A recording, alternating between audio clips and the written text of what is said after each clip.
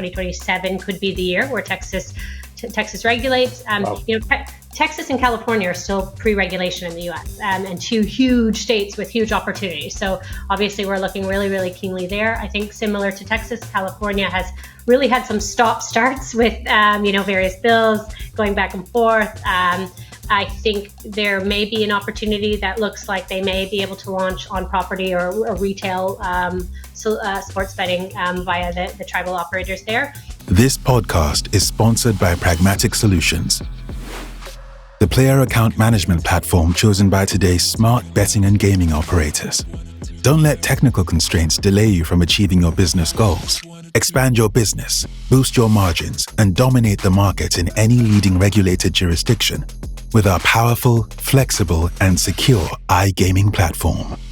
Enjoy its extensive marketing tools, compliance protection, real-time data, and a wide portfolio of over 1,000 industry providers.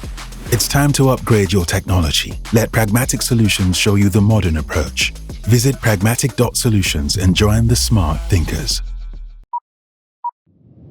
This podcast is brought to you by Pragmatic Play, a leading game developer providing player favorites to the most successful brands across the industry.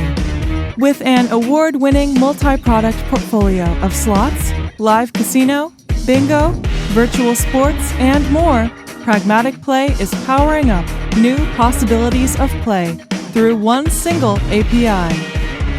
Visit pragmaticplay.com and discover your favorite every time. Bingo, bango, bongo. Sarah Robertson, CCO of Kambi. Great to have you on the podcast today. How are you doing? I'm very well, Pierre. Thank you so much for having me. I'm really excited to speak with you today. It's very excited to have you on here today. And we've been really excited to cover Kambi in our reporting in the last couple of years. And personally, it's been really fun to follow the journey as a publicly traded company. We get the fun times of seeing quarterly reports and following the company over a number of years. So it's near and dear to my heart, the company. And I'm very glad to have you here today, Sarah. And so today, we're going to kind of dig in a little bit more into the company because it feels a little bit like Kambi is going through a bit of a transformational journey here today. You've been known as a kind of turnkey sports betting supplier for many, many years, and you're now undergoing this change into a more modular approach, if that makes sense. So I wanted to just kind of open up the conversation here by asking you to talk a little bit more about this transformational journey that Kambi is undergoing currently from turnkey to modular. Yeah, I mean, you said it well. I think Kambi is at a really pivotal and exciting time in our journey. As you said, we are on kind of this transformational phase. I think we have a very long history of working in the turnkey space. Obviously, we're a very well-established brand there, working as a market leader for the past 15 years and empowering Tier 1 customers across the globe. What we have really focused on the past several years and in that turnkey journey is around differentiation. We understood, even with the turnkey product, that our customers and our partners definitely wanted to have a sportsbook that was flexible and malleable to be able to support the individual strategic goals of those organizations. So we did a lot of foundational work around making sure that the turnkey platform was really, really flexible and could be differentiated. Along the way, across that journey, we identified that, as the markets were shifting, we have a lot of maturation in Europe. We have a lot of consolidation happening in North America. We have lots of new opportunities happening in LATAM. We identified that, we have this really great product. It's a turnkey product, but that only can kind of service a very specific type of operator. So we identified that we really wanted to be able to kind of diversify our product portfolio and kind of build foundationally on that turnkey sportsbook to be able to offer modular products. And that's kind of, very nice to say, but it's a journey that you have to go on. There's a technical change. There's a fundamental change within the business to be able to support that technical change.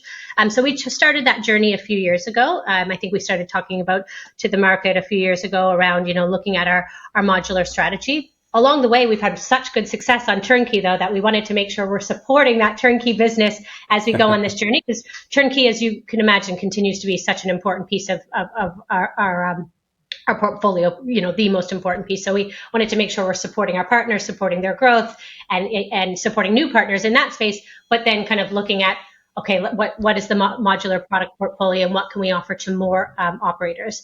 So all of the modular products that we built are based on the foundation of the Turnkey Sportsbook, which I think is a really nice space to be in, because unlike other maybe modular suppliers in this space, although we're bringing new products to market, they're based on tried and tested technology, and they're supported by the liquidity we have within the Turnkey network. So I think it brings something very unique to the modular space. It brings our scale, it brings our kind of solid tech, it brings the solid people that are supporting that tech to the modular space. So I'm really excited about that transformation. Obviously, that comes with kind of like I said, operational changes, but we, over the past 2 years have done a lot of shifting. As you know, we launched kind of a multi-divisional organization now that's supporting these products. So, our portfolio consists now of the Turnkey Sportsbook, the Kambi Sportsbook platform.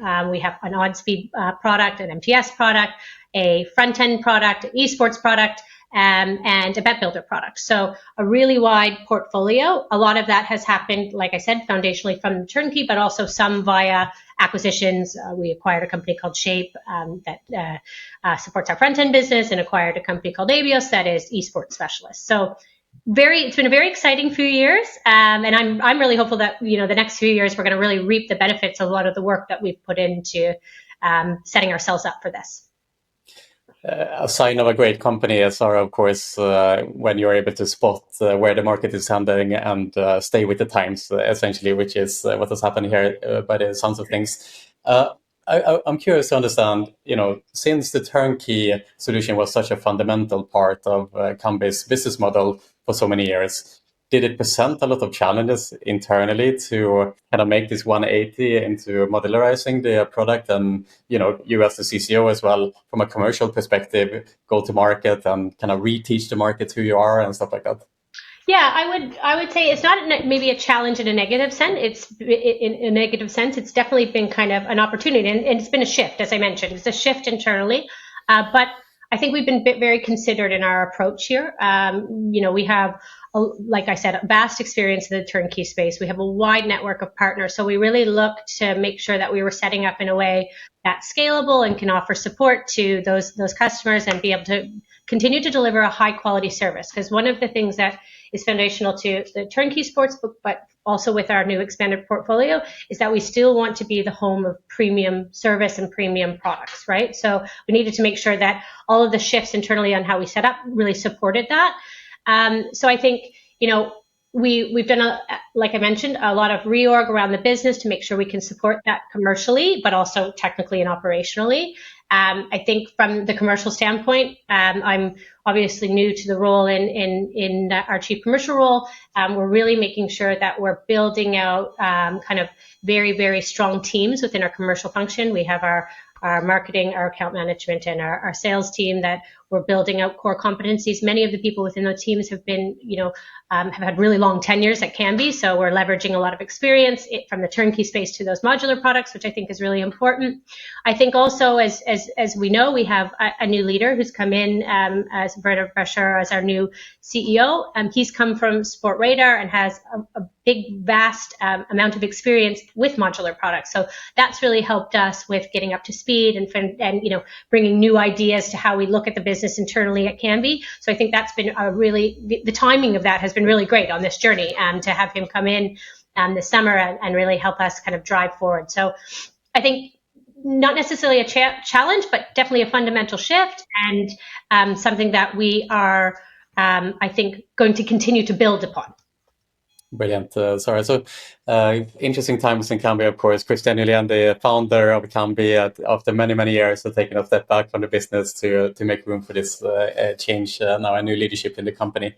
Can you talk a little bit more on the modularized approach now, some of the products that you are now offering on a modular basis? Yeah, so as I mentioned, so we've built off the foundational turnkey. So the turnkey sportsbook is still kind of a very important, our most important product in our portfolio. And I don't want our turnkey customers or potential turnkey customers to think, okay, Kambi is looking at modular. They're not thinking about the turnkey. It remains our most important function. It remains our largest function. And we have a huge amount of roadmap development and new exciting features and new capabilities that are coming kind of this year and ongoing. So I think we have a really solid product there, and we'll continue to develop. But now, in addition to that, we have our OddsFeed Plus product, which we brought to market this year. We've recently launched with several operators with that product. So we're really pleased with the kind of developments we're making there. And again, as I mentioned, it's all built on our existing technology. The APIs have been built out on the APIs that we at Kambi use internally and that our customers use for Turnkey. So very tried and tested, and also fundamentally built on that liquidity that we have from the Turnkey product. We also have a managed trading service. We have Bet Builder, esports, front end, as I mentioned, supported by Shape. And we're looking at sportsbook platform only. So really kind of a slice of how we deliver the Turnkey sportsbook for maybe those types of operators who want to have some more trading control in-house. So a large portfolio. I think a big focus for us this year will be on the OddsFeed Plus product. We have brought that to market and have had really good feedback thus far from large operators that are looking to expand their portfolio of odds feed suppliers that they take. And I think we have a big strength there because of the foundations that we have in Turnkey. Brilliant, Sarah. And, in the last couple of years, especially, every company, every organization is talking about how to utilize AI within their organizations. There's a lot of talk and oftentimes a lot of smoke without any fire, let's say. But in a space in the industry where AI is definitely being used quite aggressively at the moment is in the space of sports betting products, where kind of the advent of AI-generated odds seem to be creeping in on us, which enables a lot more opportunities for the customers. Is the day of the trader gone, would you say? Is the future going to be AI-generated? And how do you view AI and the development of the Tesseract product within Kambi? Yeah, I think that's a great question. I think at Kambi, we kind of fundamentally believe that, no, the role of the trader is not gone. Has the role of the trader changed? Yes. And I think we identified, a few years ago that fundamentally kind of the way that consumers are engaging with a sportsbook is changing, right? They want total flexibility. They want infinite combinations. They want a plethora of bet offers that probably, as that continues to scale, becomes very difficult to support in the way that, historical sportsbook have set up with large-scale trading teams who are doing things manually. It's just not a scalable model to be able to support that type of fundamental shift in consumer behavior and how they interact with the sportsbook. So we identified that early on. I think, looking at what the data was telling us across our huge network of transactional data, we could identify that shift moving away kind of from not necessarily just betting on the 1x2 in the main markets, looking at, those player-specific markets, making sure that those are all combinable. So with that, we made the kind of a strategic decision to heavily invest in AI in our trading organization. We knew we didn't want to get left behind in this space, and we identified that we wanted to invest internally rather than maybe leveraging third-party tech in the space. And I think that we had a lot of really solid talent internally at Kambi, and we wanted to kind of look at trying to build something ourselves. So we did that investment. We've created a company that we've incubated called Tesseract that has built an AI-powered new trading platform. We launched that across all of our pre-match soccer, and we're really reaping the benefits of that now. That will be continue to roll out across all sports, but we're looking at soccer as the first. Obviously, it's a very important slice of our offering, and we're really reaping the benefits of that now, in that we are really almost beating the kind of manual trader with this new multi-sport model. And really, the shift is that historically we had kind of traders with being assisted by models, and now we have models being assisted by traders. we're really lucky at Kambi in that we have a really large-scale trading organization that's composed of, really, really senior and talented traders that are experts in their field. So, we'll have these models generating pricing, but traders overseeing that. So we really still believe in that combination of human oversight of the technology. So I think we've made really good advancements in the AI space, and we'll continue to invest heavily. Our roadmap is really, really being kind of driven forward by this shift to Tesseract and to this new platform. So we have big plans for the year, and I think the benefit of that is our operators across the odds feed product, across the turnkey products, will be able to have a highly competitive offering. We'll be able to have an offering that has maximum combinability and also have really, really strong kind of unique markets. So, shots on target, player specific markets, things like that, that are where we want to definitely be a leader in that space. Brilliant. So the traders can draw a sigh of relief, I suppose, for the moment being at least. Brilliant, Sarah. So, of course, the advent of AI and the work that you're doing on the Tesseract side of the business is interesting to listen to. Product development is continuous in the sports betting product, of course. And I'm curious to know as well if there are other technological trends that Kambi is paying attention to, or if we think about your product roadmap ahead in the next couple of years, is there any particular area that is interesting to Kambi, would you say?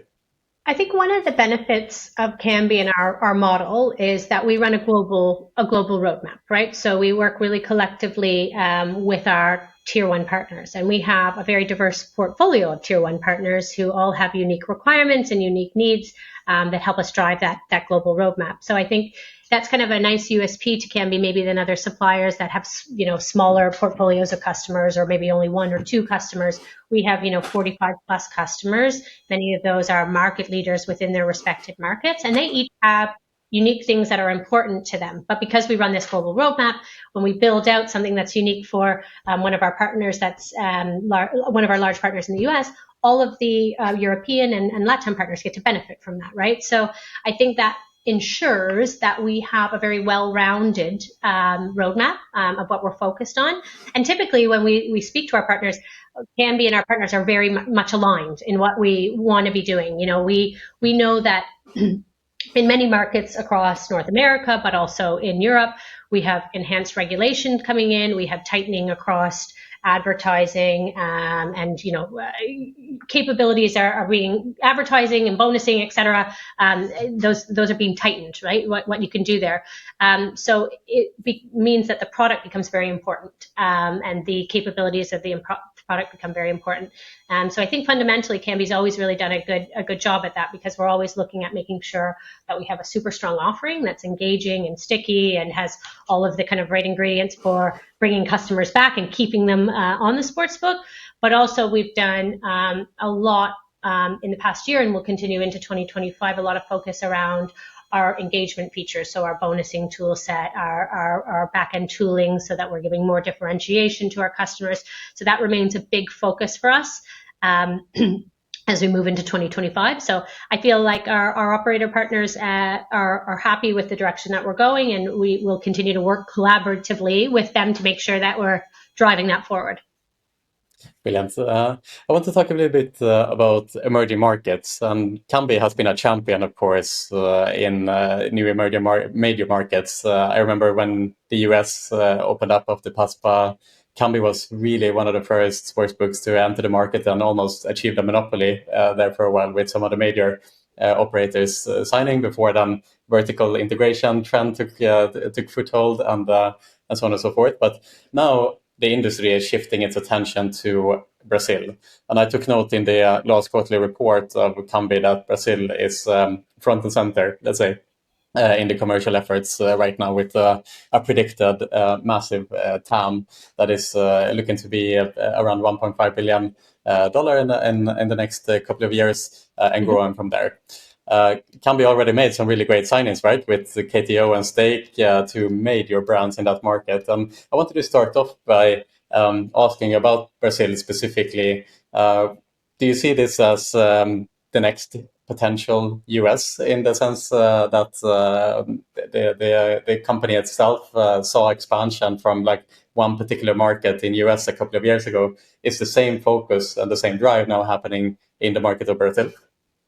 Yeah, I think that's a great question. So I think, as you mentioned, Kambi in our strategy has always kind of put a lot of focus in being very, very agile and being able to enter new markets at speed. But how we facilitate that is, making sure that we have a scalable technology that has fundamentals around regulation built into the underlying tech, so that we can adhere to different regulations and be able to get set up and running with our partners quickly. Because when markets open or when markets re-regulate, we know it's important that it's a bit of an arms race to get in first, to ensure you're launching on day one. So you need the technology to support that, which we have, but you also need the organization to support that. We were looking, like many others, at Brazil well in advance of last year, making sure that we had a localized product, making sure that we had the right operational support, the language support, a very, very localized product to a very, very low level across all the important Brazilian leagues, and making sure that coverage was built up to be, very, very strong. And again, the capabilities that we have now with the AI trading helps us to scale very quickly there. So that's great. So we do fundamentally believe that Brazil is obviously a very big market, as you mentioned, and there's a lot of growth opportunities there. When a market moves from pre-regulated to regulated with a different framework, there always tends to be a shift of operators moving to new suppliers or operators moving into the space because regulated markets come with enhanced challenges, right? You need to have a really strong competitive product, but you need to have a compliant product. So many operators that were, maybe working in Brazil previously are looking to their tech stack and saying, okay, I actually don't have something that's built for these requirements. So that's definitely a huge opportunity for Kambi. We're really strong in that space. So we will continue to have a big focus on Brazil, obviously leveraging off the success that we've had so far. You mentioned KTO and Stake, 2 new partner signings. We went live with those partners on day one to support their launches. So that was January 1st.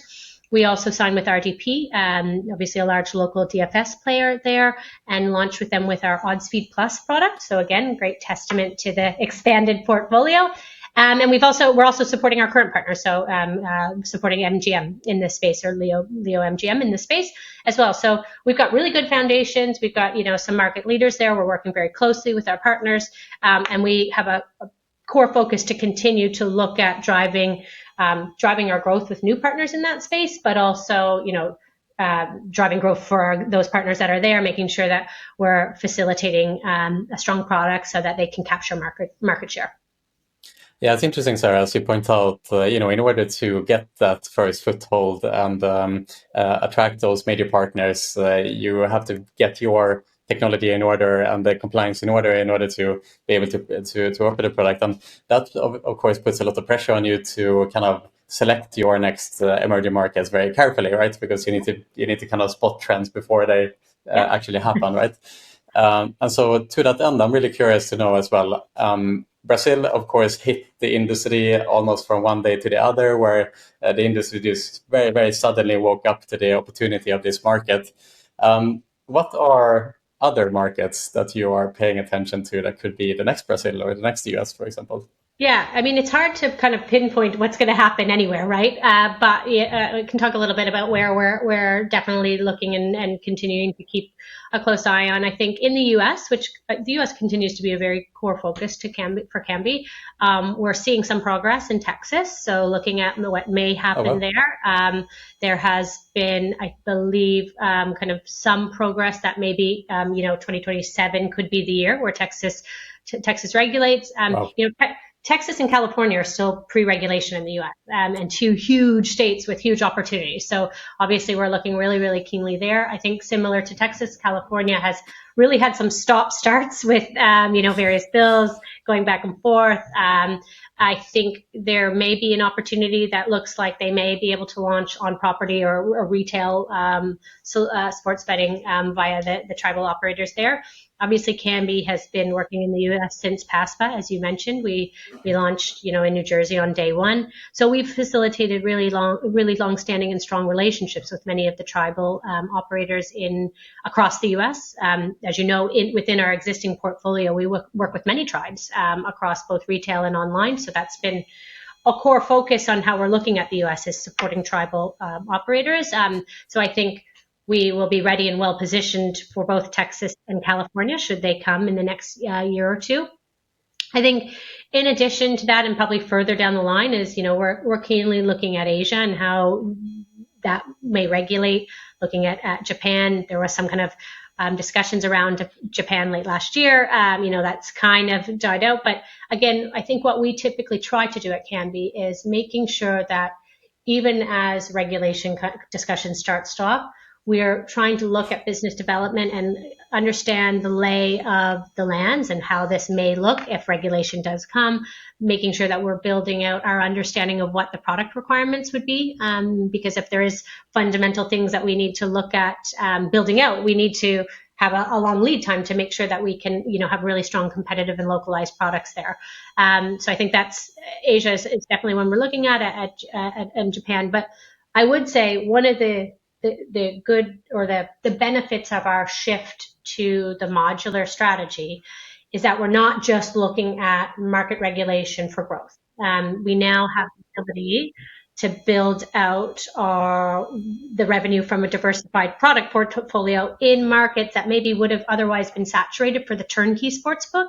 Now we have these other products. So that allows us to grow revenues within the current regulated framework that we work in as well. So I think that's a really kind of one of the fundamental things when we were looking at that portfolio is, making sure that we could facilitate growth if regulation does slow down in areas. So that's going to be one of the key benefits of the OddsFeed Plus product. We can bring that to more customers in North America. We can bring that to more customers in LATAM, et cetera. Yeah.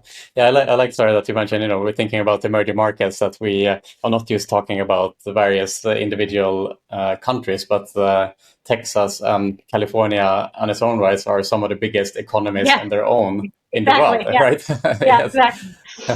So this is part of the holy grail in the US, of course, with the big four states in the US, with New York, Florida, Texas, and California. Today, only New York is live. Florida is live, but it's a monopoly. And then Texas and California are the big prizes then, for the future of the industry. Yeah. Exciting to see what will happen on that front. So the sports betting space, of course, is incredibly crowded. There are many competitors of Kambi. And I'm curious to know a little bit how you think about staying ahead of the competition in such a crowded space where perhaps many of your competitors are trying to fight on price. It seems to me that Kambi, with 1,000+ people workforce, are doing its best to compete on this being the best product. But can you talk a little bit more about how you stay ahead of the competition and when you pitch an operator to move from a particular platform to yours? Can you give us some insight in how that pitch sounds like? Yeah, I think so. We have a really strong foundation. As you mentioned, we have 1,200 employees. I mean, a large portion of those are working on the product, right? So I think we have scale that maybe many other suppliers in the space don't have, which gives us a competitive edge to be able to continue to drive innovation. When you have 700+ people working on your product, you can drive innovation more quickly maybe than other suppliers in the space. I think when we think about how do we stay ahead of competition, or how do we look to the future? I mean, one of the big things that kind of underpins how we think about it is, as I mentioned at the top of the discussion, is we want to be the home of premium sports betting solutions, right? So, and all of the new products that we've built out are based on that turnkey foundation that we've invested so heavily in over the past 15 years. So yes, it's very competitive, and we see lots of kind of many new niche suppliers coming in. But where we think we have a competitive edge is the experience that we have, the scale that we have, the liquidity. We have the 20 billion plus liquidity that we have, and that that informs everything that we do. That informs our pricing. That informs our player profiling and risk management. capabilities. It also informs us on kind of the direction that the sportsbook is headed in. As I mentioned when we were talking about Tesseract, we identified that shift in consumer behavior really early by looking at the customers that we have engaging with our sportsbook and saying, look, we used to only ever see 1x2 as being the most popular market on the sportsbook. Now we're seeing shots at target as number 2 in popularity. That's a big shift, right? So making sure that we're analyzing kind of and leveraging the assets that we have that maybe others don't, I think gives us a great competitive edge. And making sure now with our new divisional structure that we're kind of harnessing that, right? So now we have these divisions that are focused on their core outputs, meaning they can incubate and move quickly forward with innovation rather than being, one monolithic organization. So I think that we've set up organizationally to support fast innovation and good growth. And we've got several assets that underpin that maybe other suppliers in the space don't. So this year we have a really robust roadmap, as I mentioned, and that's when we're building things, that's kind of supporting the turnkey, but all the modular products. Like when we build new back-end capabilities or new tooling, those are tooling that's going to be available to odds feed customers and turnkey customers. So we're building in a smart way to be able to leverage what we're building across the portfolio. Brilliant. Data is the new oil, as I say, and in your case, you're collecting a large chunk of it, so that informs your decisions of the future. And at the same time, with the large resources that you have, scale is important, of course, in such a complex industry like the iGaming is, where no geo is the same as the next one, and so on. So, yeah, interesting to hear. And so, to close things off today, Sarah, I'm curious as a final question here. The topic of today, of course, is how Kambi looks to the future. And so the final question today is, where do you see Kambi in 3 years' time? How do you think the company will look at that time? What will the company be at? What will be your priorities? How do you think about the future? Yeah, hopefully we'll have Texas and California live. Yes. Which will be great. But I think what we want to continue to do over the next few years is make sure that Kambi is powering tier 1 market leaders, right? And that's across our product portfolio, because we want to be the home, as I mentioned, of the premium sportsbook service or premium sportsbook solutions that can address kind of the individual needs of different tier 1 operators. So that is making sure that we're building the Kambi brand that is quite strong in the turnkey space across the modular space. So we have lots of work to do to build out new partnerships, making sure that people understand the value proposition that we're bringing to the modular space. So there's a big focus on the sales and marketing functions within Kambi, driving that messaging forward. We also will have significantly expanded our AI capabilities, I think, across the next 3 years. As I mentioned, that's a core focus of the business. So really that's specifically around the product, right? Really harnessing the investment that we made in Tesseract to be able to drive out our sportsbook offering and the sportsbook flexibility within that offering, while still delivering healthy margins for our partners. Obviously, that's incredibly important. And I think what I would really hope as Chief Commercial at Kambi is that we're still supporting our current customers. We have obviously a portfolio of customers that are very important to us. And we always like to try to maintain long-term partnerships. So I want to continue to see, strong growth within our existing customer or operator partners, so that we're helping them continue to be market leaders, continue to drive expansion for them, and to continue to, capture more market share. Brilliant, Sarah. It's been so much fun to follow Kambi from afar in the last couple of years, and the journey that the company has undergone and keeps going through. Thank you so much, Sarah, for donating your time here today, and I wish you all the best of luck. Yeah, thank you so much. Thank you.